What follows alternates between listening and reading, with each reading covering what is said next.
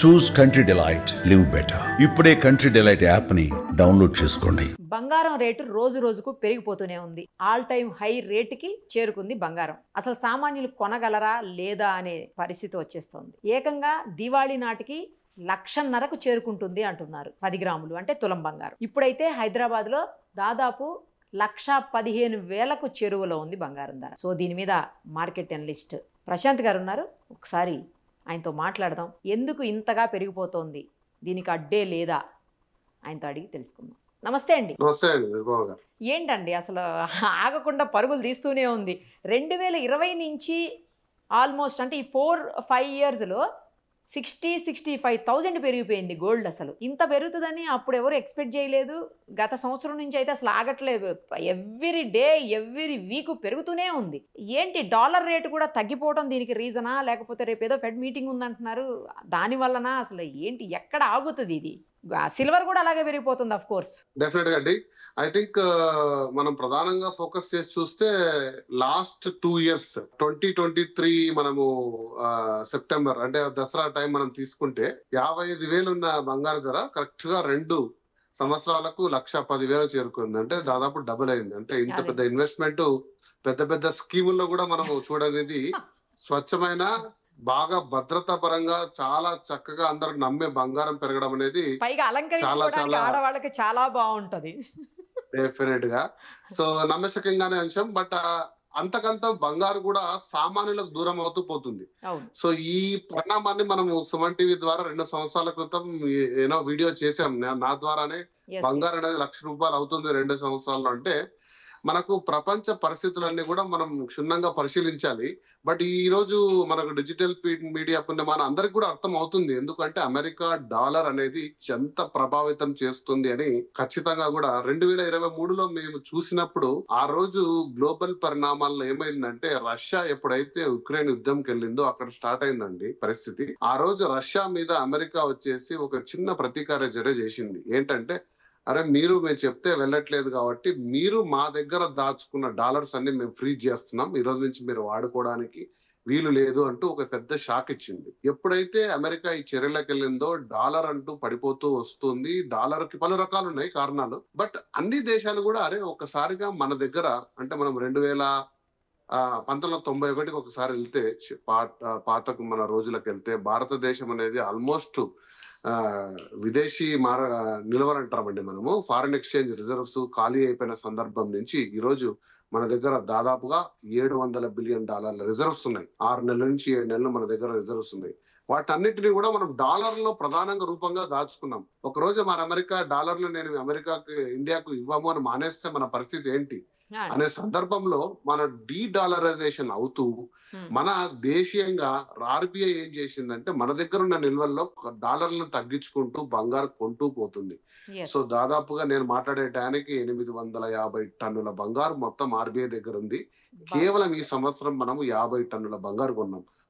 ఒక central bank, మన దేశమే కాదు చైనా, జపాన్ పలు దేశాలు కూడా సెంట్రల్ బ్యాంక్స్ వాళ్ళ దగ్గర ఉన్న మొత్తం నిల్వలో బంగారు శాతాన్ని పెంచుకుంటూ పోతూ డాలర్ శాతాన్ని తగ్గించుకుంటూ పోతున్నాయి. ఈ పరిణామం అనేది మనందరి మీద కూడా పడింది.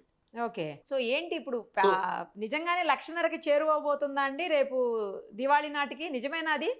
డెఫినెట్ గా అంటే మనం ఊహించింది ఏంటంటే 2026 డిసెంబర్ నాటికి 2 లక్షలుగా మనం అంచనా వేసాం. అంటే అన్ని పరిణామాలు చూసి.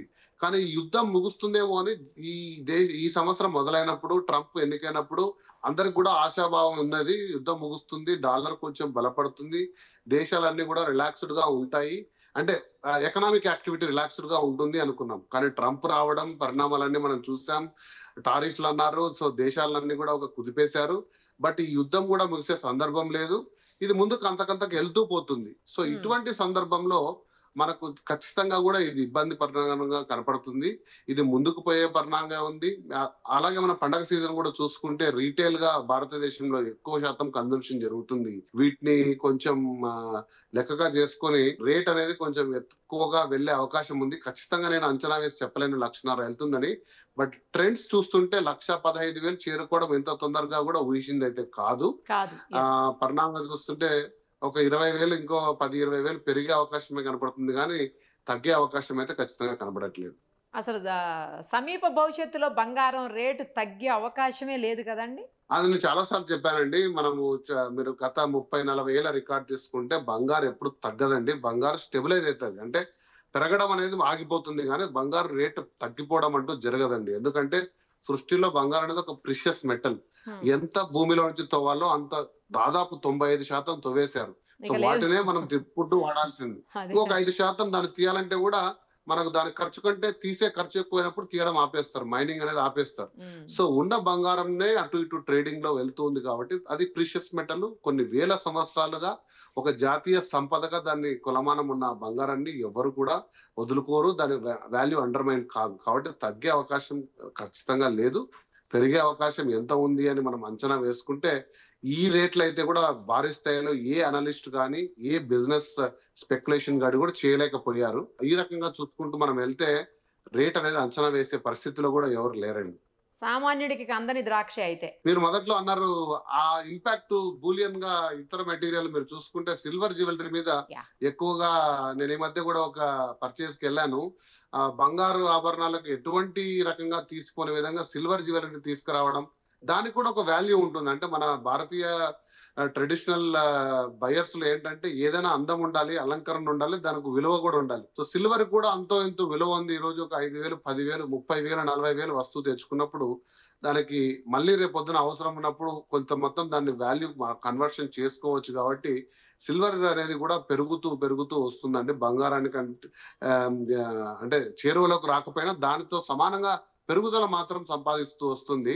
ఇక బంగారం మనము విదేశాలలో ఉన్న విధంగా 14 క్యారెట్ 13, 12 క్యారెట్ నాణ్యతకు తగ్గిస్తూ బంగారు ఆభరణాలు కొనే పరిస్థితి ఎక్కువ కావచ్చని కూడా నేను ఒక అంచనా వేస్తున్నాను. అదేండి ఈ మధ్యన అన్నారు కదా 9 క్యారెట్స్ 11 క్యారెట్స్ 10 క్యారెట్స్ ఇట్లా తీసుకొస్తుంది గవర్నమెంట్ అందుబాటులో. మరి అలా అన్న తీసుకొస్తే బాగుంటదేమో, కొంచెం సామాన్యులకు అందుబాటులోకి వస్తుంది. ఖచ్చితంగా. ఎందుకంటే ఆ నాణ్యతలో ఉన్న బంగారు ఆభరణాలు విదేశాల్లో కామన్ అండి, సర్వసాధారణం. ఎందుకంటే వాళ్ళు వాల్యూ బేస్డ్ గా చూడరు. అంత డబ్బు పెట్టడం కాదు, వాళ్ళకి కేవలం అలంకరణ అనే ఒక అంశంలో వెళ్తారు కాబట్టి వాళ్ళు 18 క్యారెట్స్ అనేది ఈజీగా యాక్సెప్ట్ చేస్తారు.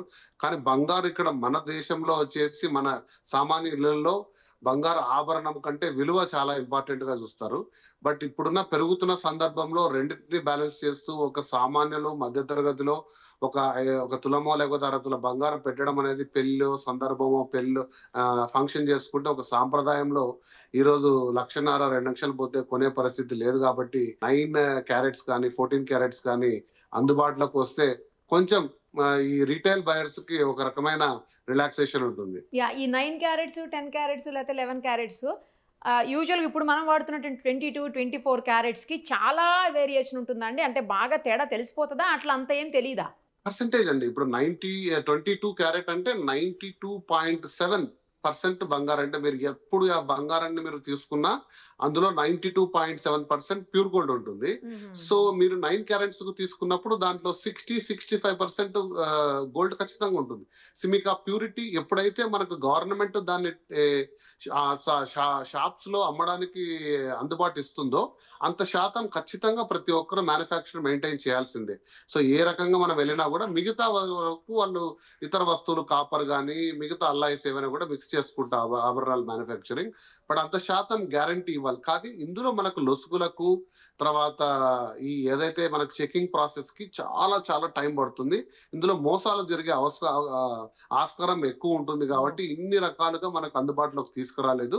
బట్ ఇప్పుడు చూస్తున్న పరిణామాల్లో ఖచ్చితంగా నెక్స్ట్ లెవెల్ ప్యూరిటీ గోల్డ్ అనే సర్టిఫికేషన్ వచ్చి దాని అమ్మకాలు కూడా జరిగే అవకాశాలు అయితే దగ్గరలో ఉన్నాయండి. రైట్ అండి, అప్పుడన్నా కొంచెం సామాన్యులకు ఊరట కలుగుతుందేమో. థ్యాంక్ యూ అండి, thank you so much. Thank you. Suman టీవీలో మీ పర్సనల్ అండ్ బిజినెస్ ప్రమోషన్స్ కోసం కింది నెంబర్కి కాంటాక్ట్ చేయండి.